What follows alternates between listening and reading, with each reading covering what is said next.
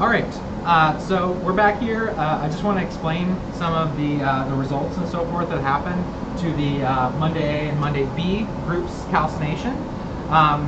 As you might have been able to tell from some of the data that is up on the Google Drive, we had some errors with the furnace.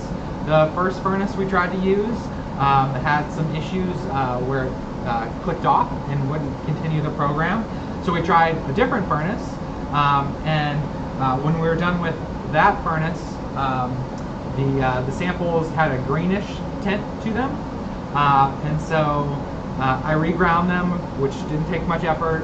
It was very loose powder, so I reground them just so everything was homogeneous, and we tried again in a different furnace, so the crucible style furnace that we use for salt pots in the steel lab. We used that furnace and to get up to the same calcination temperature, and again we brought them out and they had a greenish tint to them. So let me show you what that looks like. So this is the pellet. It's the bottom side of that calcined puck that comes out of the crucible. So hopefully you can see that that's kind of a greenish color, greenish gray. If we grind it up, it looks kind of like this. Again, it's very easy to grind, indicating that it's not reacting very well. So we are not sure what's happening with those samples. We think that something probably happened in the first firing calcined step that we didn't see, and so we're going to not use those samples.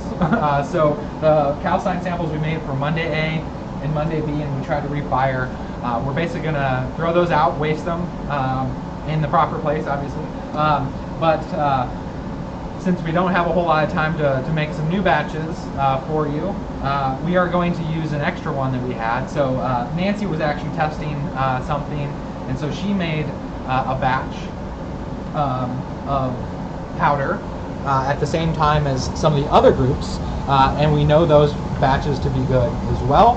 And so there is a batch with some photos in the share drive that have the sort of name Nancy next to them. So we are going to use that for your Monday samples. We might need some extra powder from there if we don't have enough from Nancy's batch.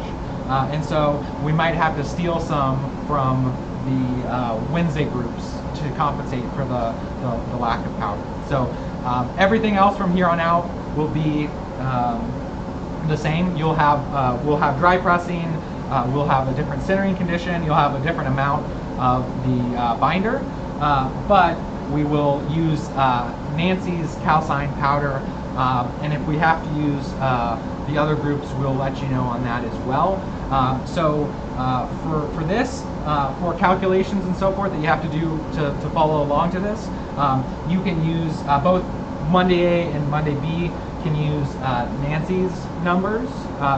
All the data should be there in the photos, so just use her numbers for both groups, and then we'll let you know as we go along what powder that we're using, and if we had to take some from others. So we'll take good notes on that, and so you have all that information. So from here on out, it shouldn't affect your results, but please note that the calcined powder is not the one that we prepped for you because of that furnace issue that we had.